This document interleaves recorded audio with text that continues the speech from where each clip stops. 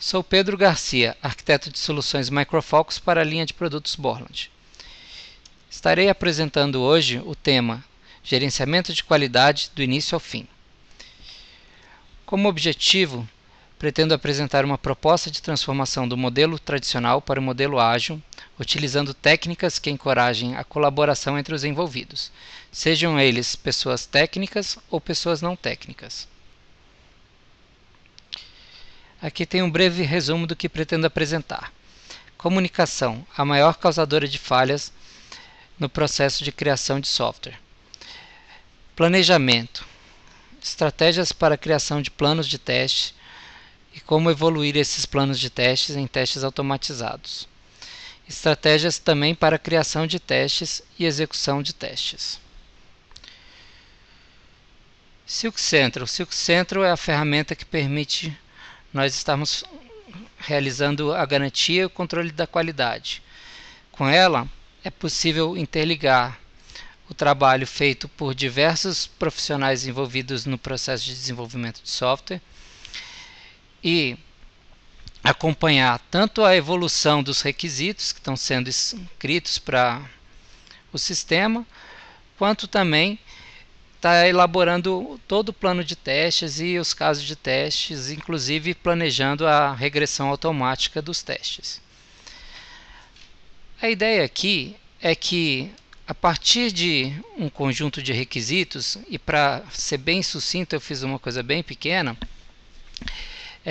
nós consigamos chegar na automação de testes e abordando algumas técnicas para isso. Então, primeiramente, se eu estou trabalhando com metodologia ágil, a metodologia ágil não me elimina a necessidade de documentação. O que eu posso fazer é ter uma documentação mais enxuta. Ao invés de escrever casos de uso enormes, com detalhes muito minuciosos, eu posso estar trabalhando com casos de usos menores, com frases. Para que isso não desande, nós precisamos, além dessa frase, nós precisamos de ter mais informações. Informações que vamos levantar junto ao usuário, garantindo que estamos no entendimento sobre a funcionalidade. Uma das formas mais interessantes de se trabalhar com metodologia ágil é utilizar o máximo possível de recursos visuais. Então aqui nós temos um diagrama de cenário, onde nós temos todas as atividades desse breve caso de uso, dessa funcionalidade. Mas isso aqui não é o suficiente. Para ter mais detalhes, é interessante que, além do fluxo, também seja criada uma simulação onde a gente consegue validar tela a tela para saber se a gente está atingindo a expectativa do usuário. Então, para saber se isso está correto, a gente chama o usuário e mostra para ele como que vai ficar essa funcionalidade quando pronta. Então aqui é uma simulação, ele vai ter um formulário de login. Ao preencher os campos de login e senha aqui, vamos lá.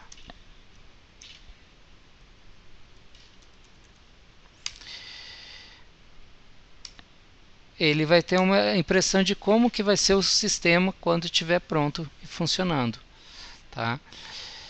Então, com isso, eu consigo estar validando, antes de iniciar qualquer desenvolvimento e qualquer trabalho da equipe de desenvolvimento, com o meu usuário.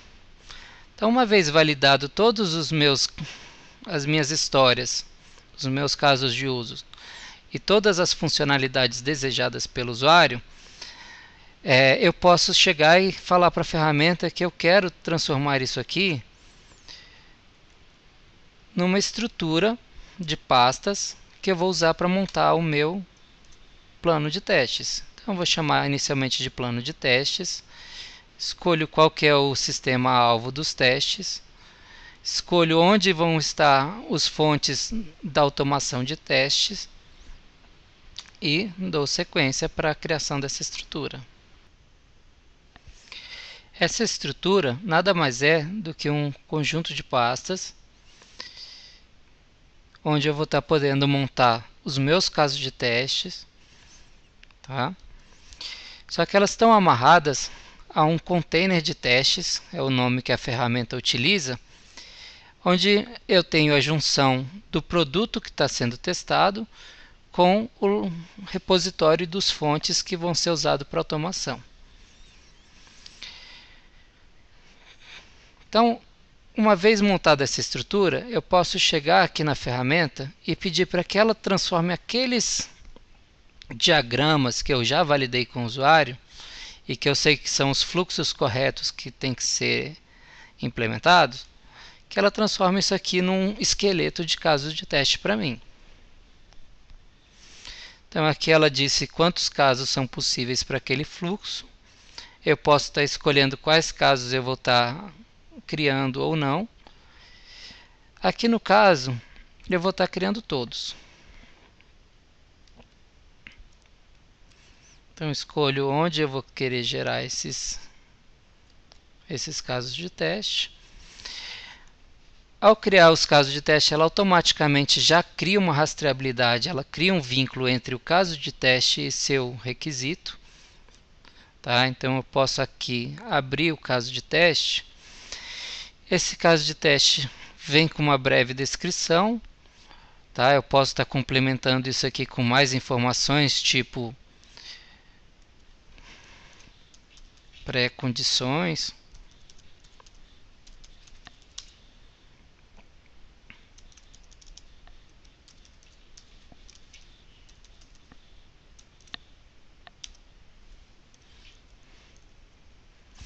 E outras informações que eu achar interessante estar colocando.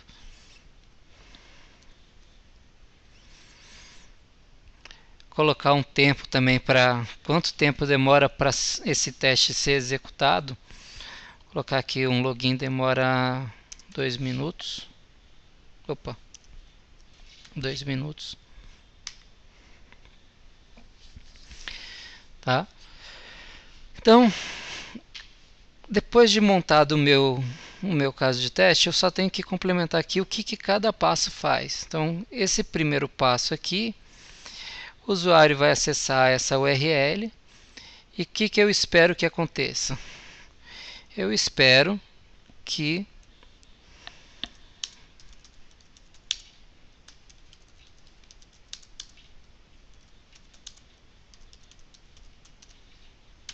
o sistema apresente a tela inicial. Esse segundo passo aqui é um passo realizado pelo sistema, então não será algo realizado pelo testador. Eu vou eliminar. E por último, o último passo executado pelo testador. Então aqui eu tenho que ele deverá preencher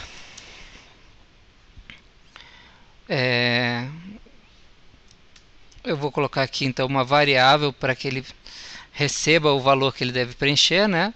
Ele deverá preencher com esse valor da variável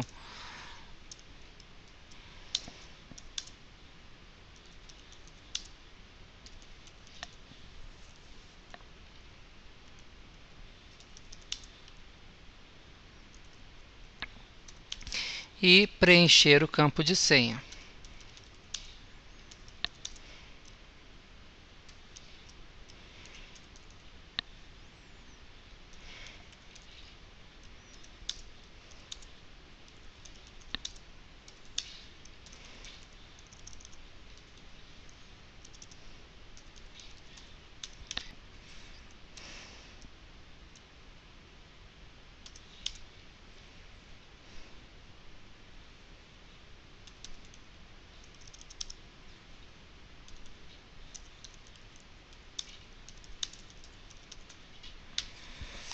Então, se a autenticação efetuar conforme esperado, né,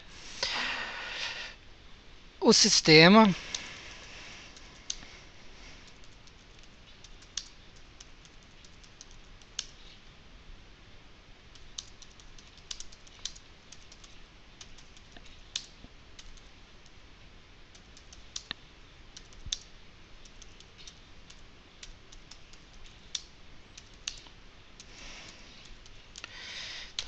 deverá apresentar o nome do usuário no campo de logout. Para ficar melhor, posso até fazer o seguinte.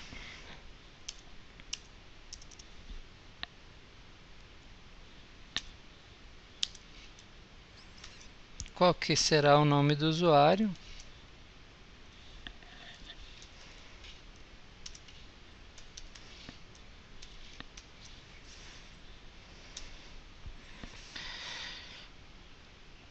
Mas de onde que eu estou tirando essas variáveis?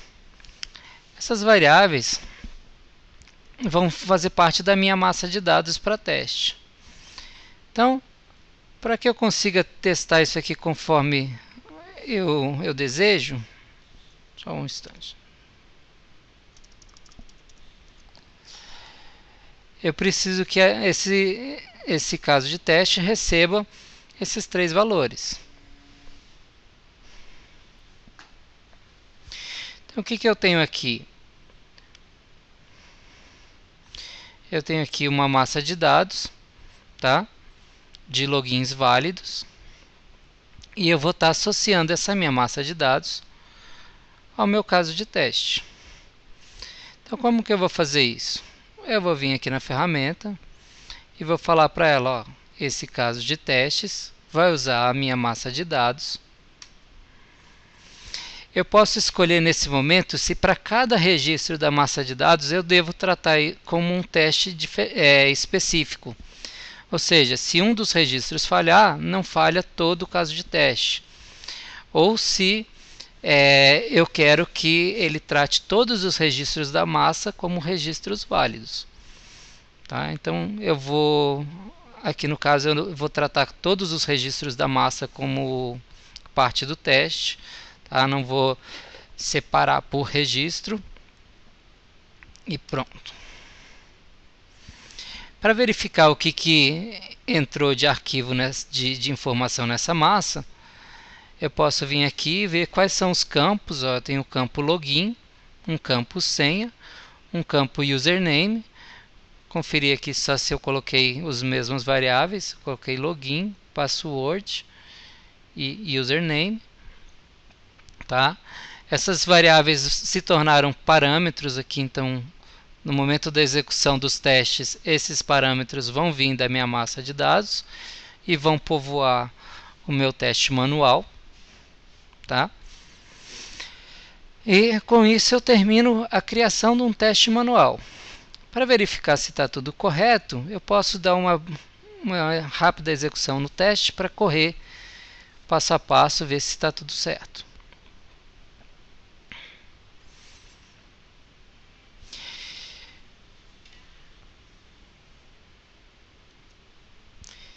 Então aqui eu tenho a minha pré-condição, que está em branco, a descrição do meu teste, que veio da outra ferramenta. Eu tenho aqui o primeiro passo, onde eu vou estar entrando no sistema, através dessa URL. Então vamos dizer que esse passo passou. O segundo passo eu tenho que preencher aqui o campo senha e o campo login. Então aqui está os valores das minhas variáveis que vieram da minha massa de testes.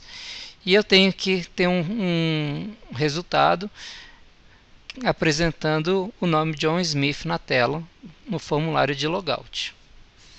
Sei que esse passo passou também. Vou finalizar o meu teste como sendo bem sucedido. E pronto, terminei aqui de fazer o meu primeiro teste. Tá? Então esse aqui é um teste manual.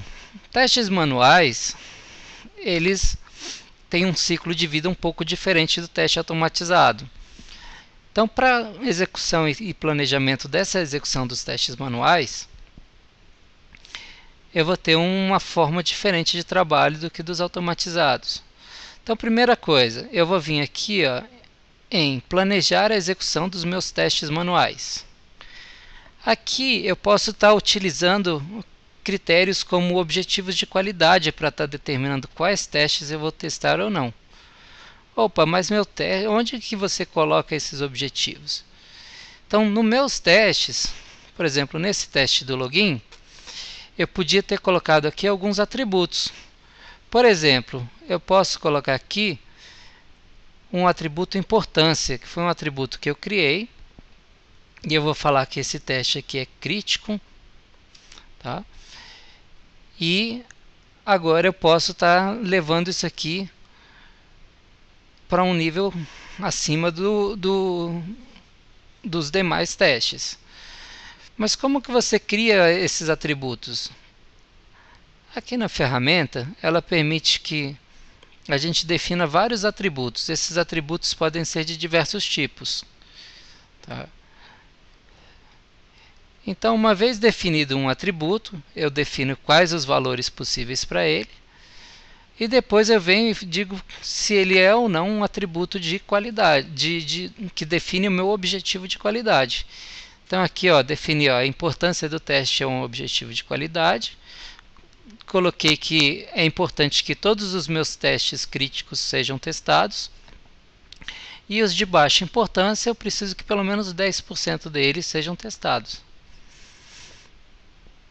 Então voltando aqui no meu planejamento, eu tenho dois casos de teste criados, né? Um deles é data driven, e se eu filtrar, eu consigo ver quais os testes foram classificados conforme meus objetivos de qualidade.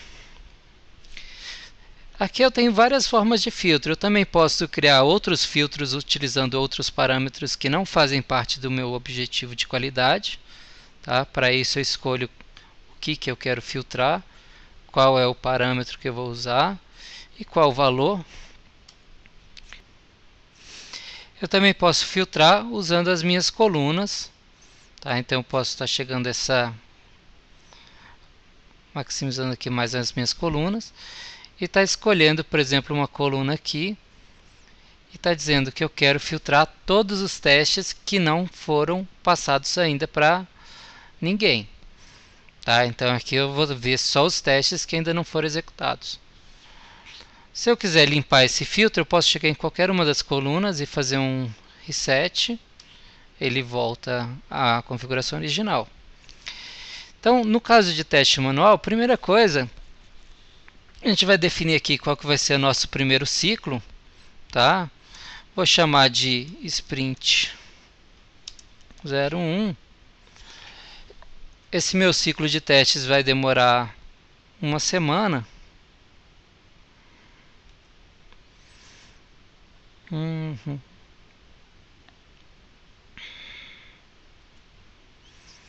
Certo? Um pouco mais de uma semana. Tá?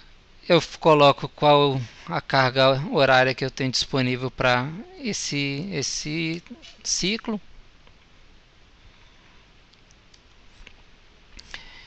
E aqui eu vou falar o seguinte: quem é que vai estar trabalhando nesse meu ciclo? Quais membros da equipe vão estar contribuindo para os testes desse ciclo?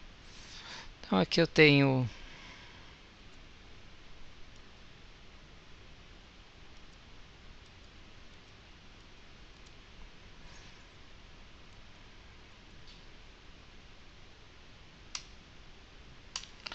colocar esses recursos que eu tenho disponível. Vou falar que cada um deles vai se dedicar 20 horas.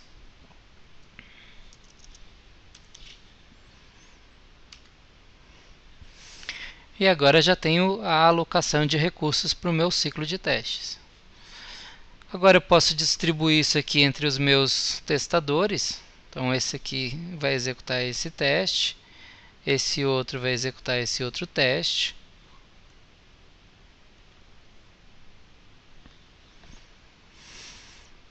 Uma vez finalizado toda a parte de planejamento de como serão os testes manuais do meu primeiro ciclo, eu venho aqui e faço o seguinte, iniciar execução do ciclo. Esse gráfico aqui vai me permitir saber se eu estou conseguindo executar os meus testes, e ele vai decrementando à medida que os testes forem acabando. Então essa barrinha representa quantos testes eu tenho ainda não completados, ainda não executados, e à medida que os testes forem sendo finalizados, eles devem ir diminuindo conforme a barra. Se eu tiver alguma distorção, né, eu vou ter essa barra maior do que essa linha e eu vou conseguir identificar onde que é o meu ponto de distorção.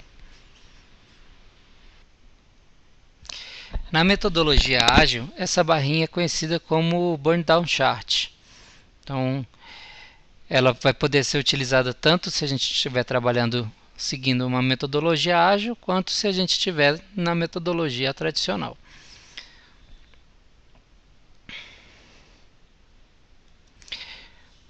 Então, agora, finalizado meu planejamento e minha execução de testes manuais, eu vou eleger quais os testes vão ser automatizados.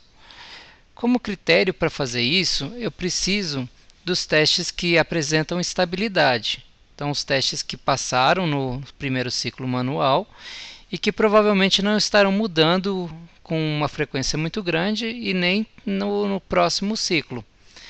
A ideia da automação é que eu possa ter a regressão dos meus testes. Então, uma vez automatizado, eles vão rodar semanalmente, mensalmente, a forma que eu achar melhor executar esses testes. Então, pensando na automação, eu vou primeiro escolher aqui qual a forma que eu vou estar fazendo essa automação. Então, com o Silk Test, eu tenho diversas formas de trabalhar. A primeira delas é a forma que é mais amistosa, principalmente para quem não tem uma bagagem técnica muito grande, é o Silk Test Workbench usando o Visual Test. A tecnologia Visual Test permite eu gravar as telas do sistema e estar fazendo automação com base nessas telas. Quando a gente trabalha com metodologia ágil, normalmente a gente aborda uma forma mais agressiva. Então, uma das formas seria o Silk4j ou o Silk4net. Tá? Eles utilizam linguagem de programação e vão estar trabalhando diretamente na IDE, onde que os desenvolvedores estão escrevendo o próprio fonte do sistema. Então, no caso aqui do Silk4j, ele roda no Eclipse.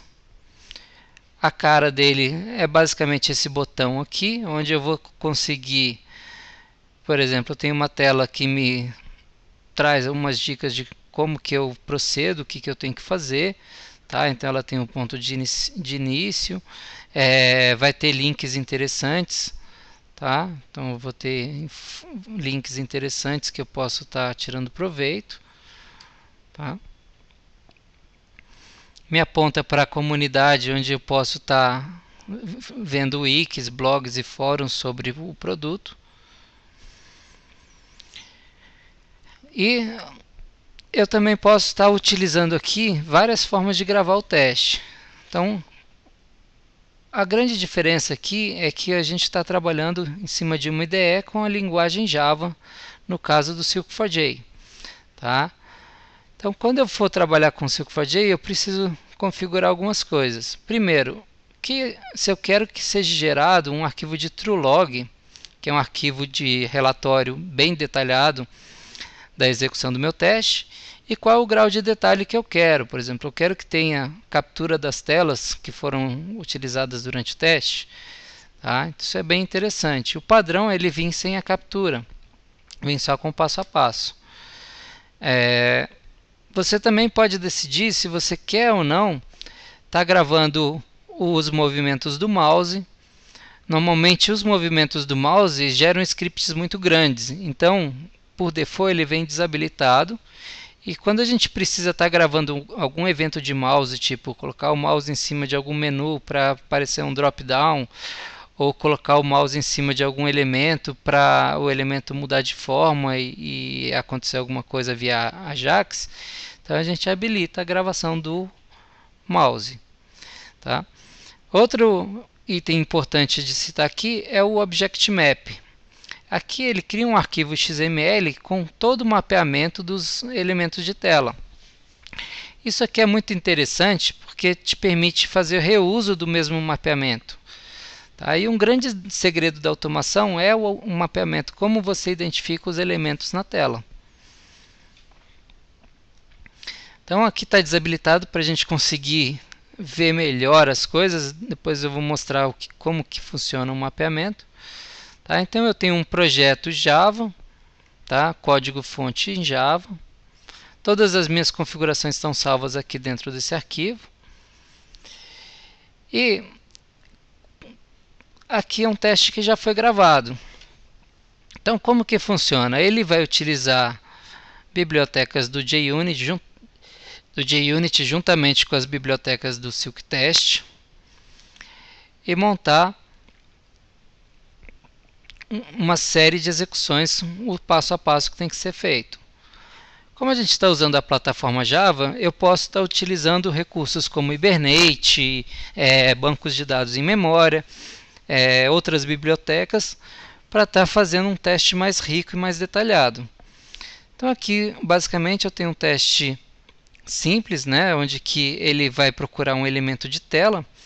Ele utiliza uma instrução XPath para achar esse elemento. Essa instrução aqui me diz o seguinte, ó, dentro do browser, na janela do browser, você vai procurar um campo do tipo input que tenha esse ID. Se eu quiser, eu posso estar complementando essa instrução com um O. Sei lá, ia colocar aqui qual o CSS desse campo.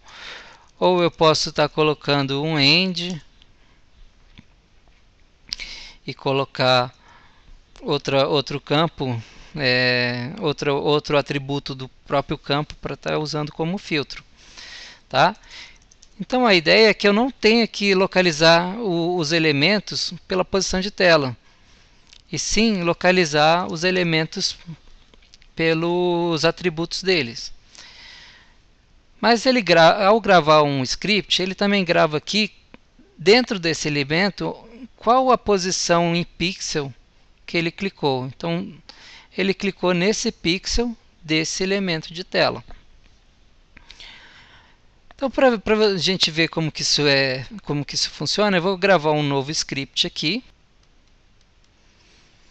Então, aqui eu vou iniciar minha gravação. Essa marca verde me determina qual elemento eu estou inspecionando, onde eu estou. Se eu quiser adicionar uma verificação, algum acerte no meu código, eu posso estar colocando o mouse em cima do elemento, pressionando a tecla de atalho que foi configurada, e ele vai abrir para mim o meu inspetor. Repare que a tecla de atalho está aqui no gravador, né? É o Ctrl Alt, no caso a tecla padrão.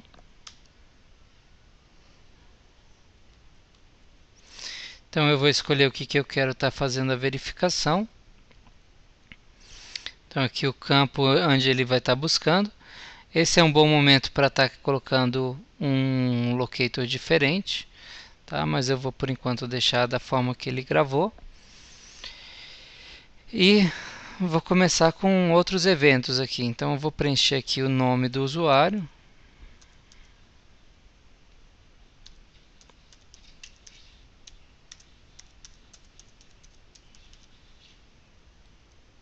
A senha do usuário.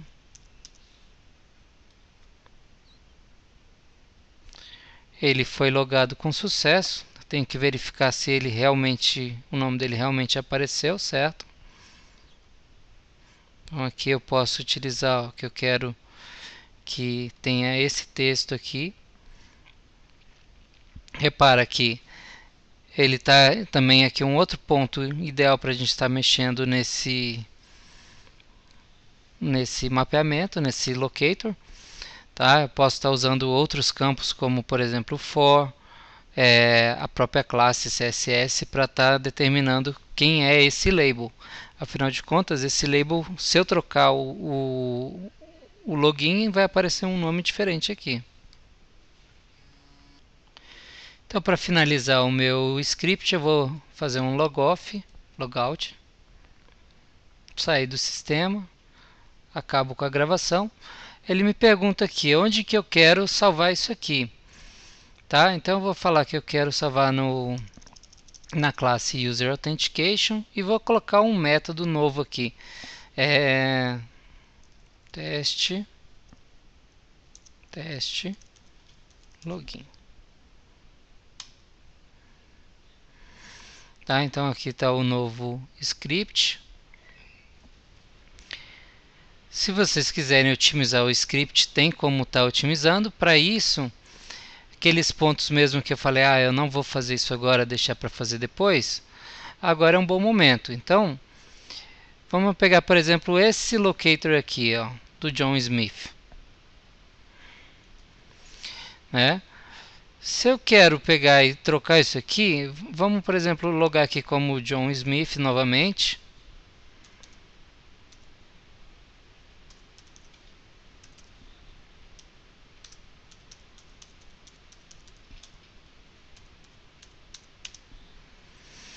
Tá? Eu quero pegar esse label aqui da tela e quero estar mudando o reconhecimento dele. Então, uma das formas de se fazer isso depois que o script está pronto é pegando aqui o nosso locator spy, nosso comumente chamado de object spy, tá? E aí eu vou apontar esse cara aqui para a aplicação e encontrar o que eu quero estar mexendo. Então, eu quero estar mexendo nesse John Smith. Então, o que ele me traz aqui no meu locator spy? Ele encontrou que esse aqui é o locator que a ferramenta reconhece por padrão. Tem várias formas de eu mudar essa forma dela trabalhar. Eu posso estar colocando que em vez de usar o text, eu quero que ele use algum outro atributo da página. Mas para isso eu tenho que conhecer a aplicação. Se eu estiver utilizando tecnologias como jQuery, JSF, como parte da implementação do sistema, é interessante você conhecer as diversas formas que você pode estar mapeando os elementos de tela. Então, eu posso estar usando esse for aqui. Então, eu quero o label que tem um atributo for igual a logout form. E também tenha uma classe CSS igual a login. Se fosse um campo dinâmico, como um campo de query, alguma coisa assim, eu ainda podia ter usado caracteres especiais. Por exemplo, o asterisco me diz que é alguma coisa que começa com login. A interrogação me diz que esse caractere aqui é algum caractere especial ou desconhecido. Poderia ser um número, então login 1, login 2, login 3 e assim por diante. Tá? Então, para verificar se realmente funcionou direitinho o meu locator, eu vou fazer um validate aqui, ele vai me mostrar onde na tela está esse campo. Então, se ele achou corretamente, eu vou copiar isso aqui para o meu clipboard, volto aqui no meu script e faço a alteração. Tá? Então aqui está o novo locator. Agora ele consegue tratar não só o John Smith. Então eu posso falar que essa variável aqui não vai se chamar mais John Smith. Posso falar que essa variável aqui vai ser o meu user name. Dessa forma, então, quando ele executar esse código, ele vai buscar o username que tiver na tela, né? E vai comparar esse username com a string John Smith.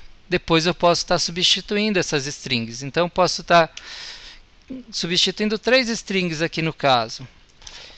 Eu vou ter o meu login, a minha senha e meu usuário. Então no caso do login, ele utilizou aqui essa string. Então vamos trocar aqui pelo login.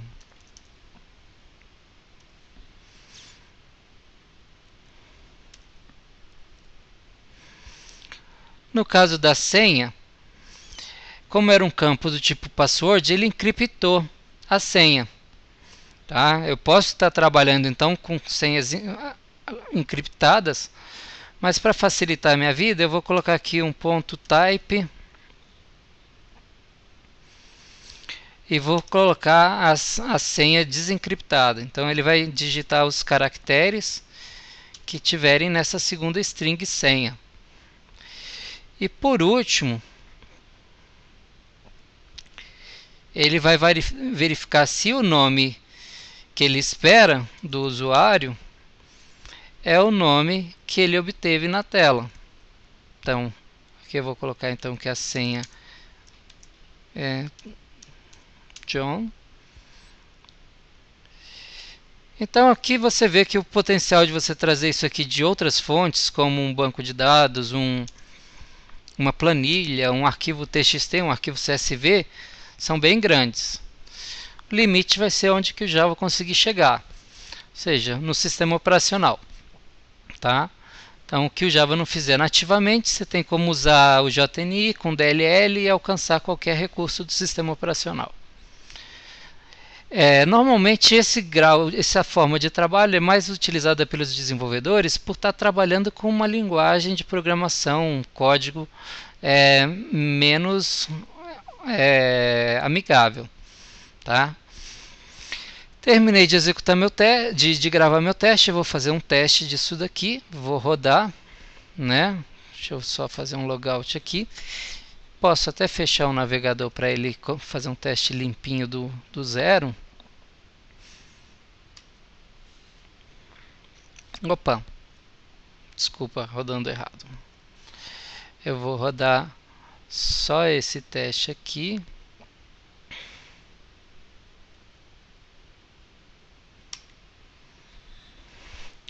Se eu utilizar o rodar, na hora de rodar eu posso escolher qualquer um dos browsers que esteja instalado na minha máquina. Se eu tiver com algum Android, alguma coisa, eu também posso utilizar o Android para estar rodando. Então eu vou rodar esse teste.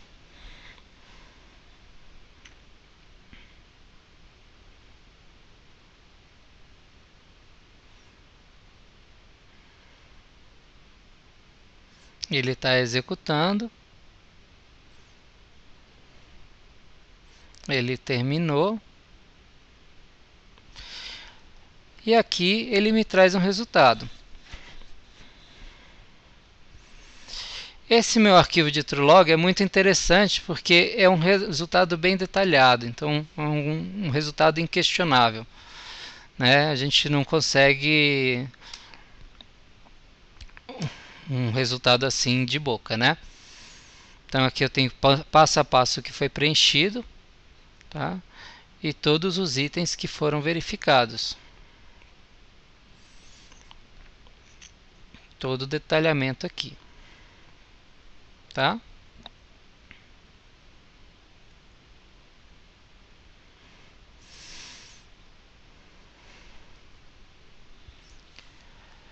Terminado de fazer o meu script, eu vou subir isso aqui para o meu repositório de fonte. Então venho aqui e faço um commit no meu repositório de fonte. Vou colocar, deixar sem do jeito que está mesmo. Aqui eu preciso de informar o meu usuário e senha.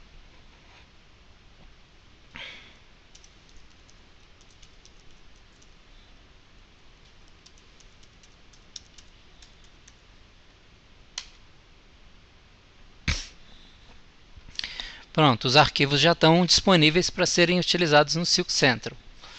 Um macete aqui que eu acho interessante estar destacando é, além de você poder utilizar Hibernate e outras tecnologias para estar complementando o banco de dados e coisas assim, você também pode estar querendo rodar esses testes em outras ferramentas que não sejam o Silk Central. Por exemplo, ferramentas de integração contínua. Então, normalmente a ferramenta de integração contínua ela vai chamar isso aqui como sendo um JUnit. Então você pode configurar ele para ser rodado como uma suíte, de forma que mesmo sendo rodado diretamente pelo JUnit, você continue tendo o arquivo TrueLog como evidência do teste.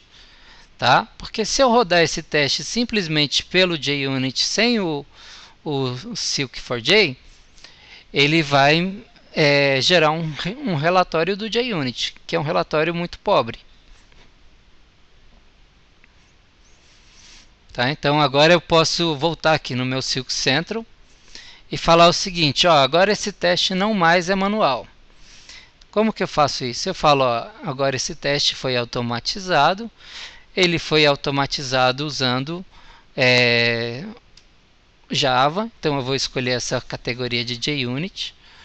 Aqui eu informo qual é o nome da classe que eu criei, então eu criei essa classe para fazer a automação do meu teste. Eu gosto de fazer assim.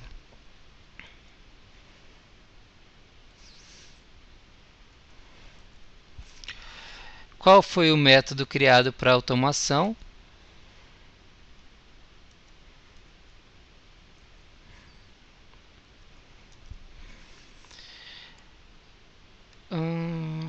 Aqui tem coisa demais.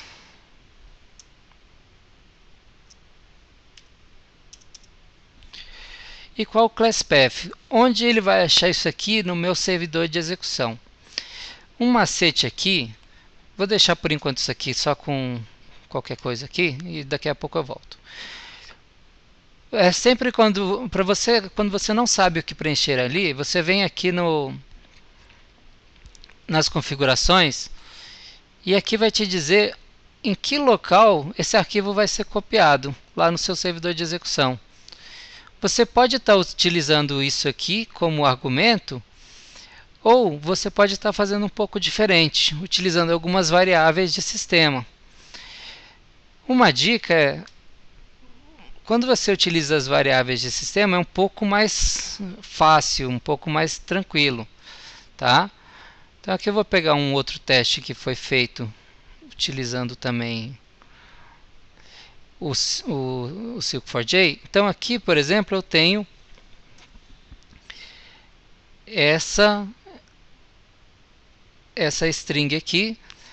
Esse já não é o mesmo, mas o restante da string é a mesma. E vai ser a mesma para todos os meus projetos que eu estiver utilizando o Silk4j. Tá? Então, voltando para o projeto anterior, eu venho no meu teste que não é mais manual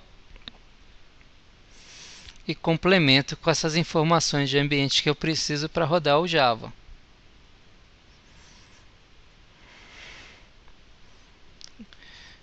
Se bem que eu acho que...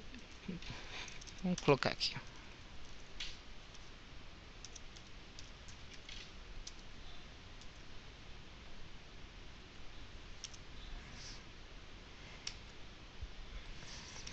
Qual que é o nome do jar que eu gerei aqui? É o teste.jar mesmo.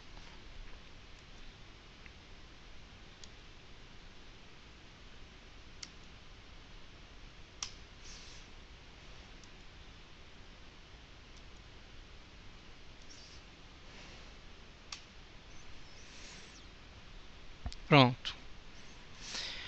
Então, eu tenho aqui configurado as minhas variáveis do Java.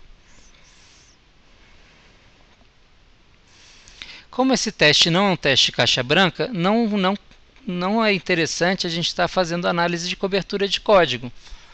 Tá? Então, não recomendo habilitar a análise de cobertura de código para esse teste. No caso de outros testes onde você esteja utilizando o JUnit como um teste de caixa branca ou fazendo um híbrido entre o Silk4j e o JUnit para fazer um teste de caixa branca e caixa preta, um teste de caixa cinza, aí sim você pode estar usando a análise de cobertura de código. Então agora esse meu teste precisa agora entrar num plano de regressão, onde ele vai ser executado de acordo com um agendamento. Se eu quiser testar para ver se ele está funcionando, eu posso fazer um try run. Como eu estou rodando na mesma máquina do servidor de execução, é meio esquisito fazer isso aqui, porque ele vai tomar controle da minha máquina. Então o ideal é que a sua máquina não seja o mesmo servidor de execução que você está usando, a não ser para o try run. Você pode então colocar no Silk Central quantos servidores de execução você quiser e apontar a sua máquina como o servidor de execução para o teu login. Dessa forma, toda vez que você fizer um try run, ele vai rodar na sua máquina e você consegue acompanhar o teste que foi executado. Tá? Então, que os testes que estavam pendentes, o teste foi executado com sucesso. Então eu tenho que o teste passou. Eu tenho aqui que ele foi um teste data-driven, apesar de eu não ter parametrizado o meu script recebeu os parâmetros. Não usou, mas recebeu. Então aqui eu tenho o timeline da execução do meu teste. Tenho o arquivo de TrueLog que foi gerado. Tenho todos os prints de tela, o log do teste. Tá? Então tem tanto as informações do Silk4j quanto as informações do JUnit.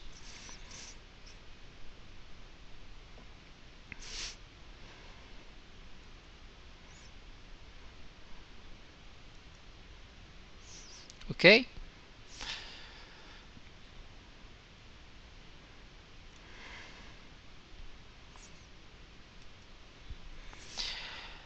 Então, agora vamos planejar como que vai ser a regressão desse teste. Eu coloquei aqui eu vou ter os testes manuais, aqui eu vou colocar então o meu primeiro plano de regressão.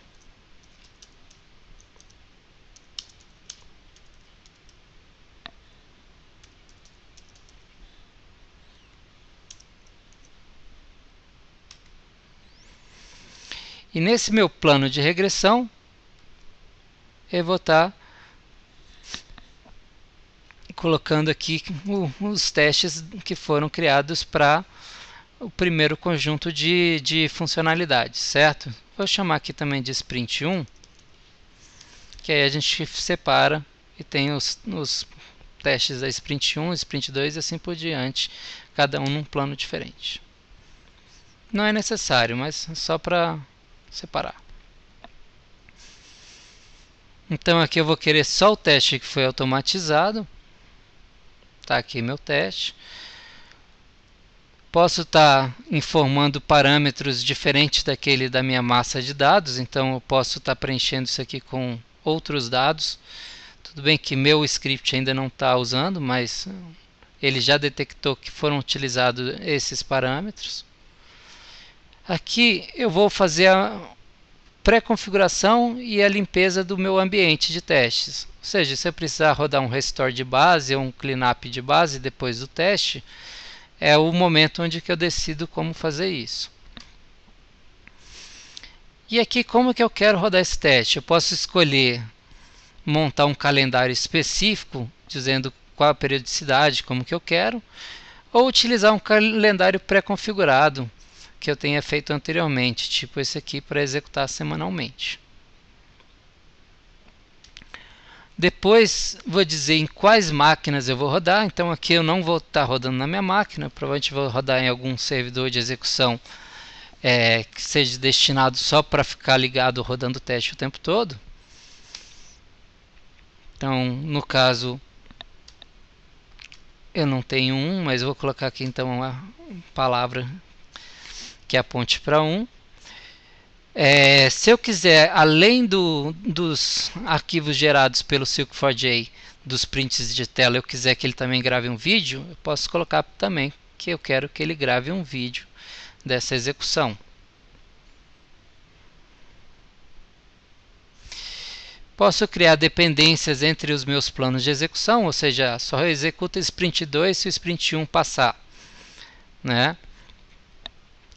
Notificação, quero receber um e-mail, sim ou não, em quais condições. E aqui eu tenho o histórico de todas as execuções. Então, ele ainda não foi executado, então eu vou fazer o seguinte, eu vou mandar ele executar esse teste de novo. Novamente, como eu estou na própria máquina do servidor de execução, ele vai rodar o teste de novo na minha máquina.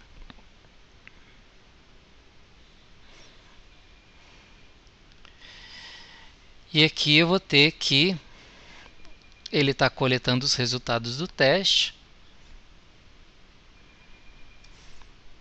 E ele terminou e eu já tenho aqui um registro de execução. Então eu tenho um histórico de quantas vezes esse meu plano foi executado.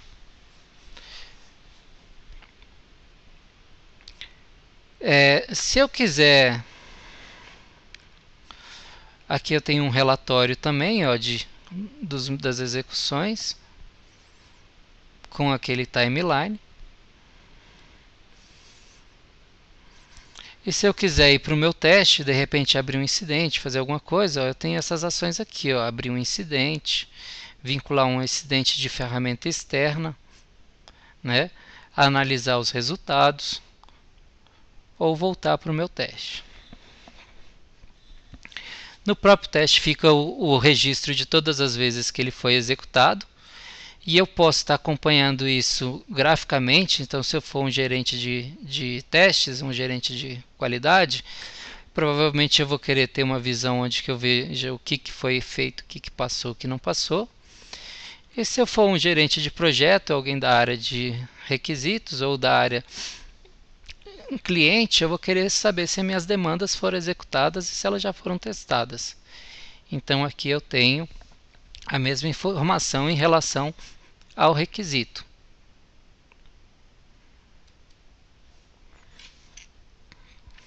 Além disso, eu vou ter relatórios aqui dentro da ferramenta, diversos relatórios que podem ser montados seguindo tanto a metodologia tradicional quanto a ágil.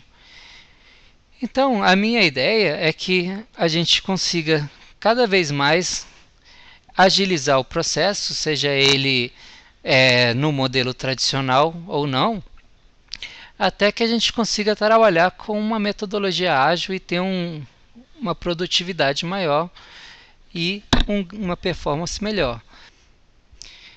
Então, uma vez agora produzido esses testes, a gente pode estar pensando em reutilizar esse script em diversos browsers e executar o mesmo script para diversos ambientes. Como que eu faço isso? A ferramenta tem um recurso chamado Silk Central Connect. Com ela, você pode estar executando um projeto em diversos browsers simultaneamente, utilizando tanto o ambiente próprio quanto o ambiente na nuvem que a gente fornece através da Amazon.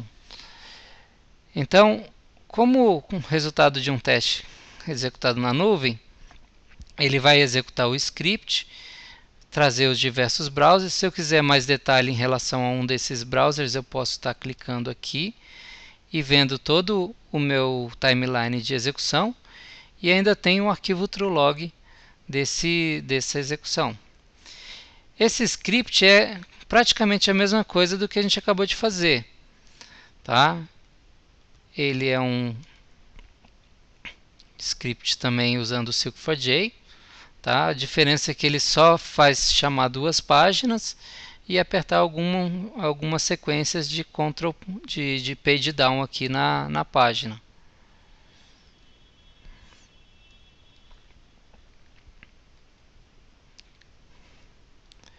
Dessa forma você pode estar usando o seu próprio script em diversas configurações, inclusive usando o Android e o Safari para estar rodando sua aplicação.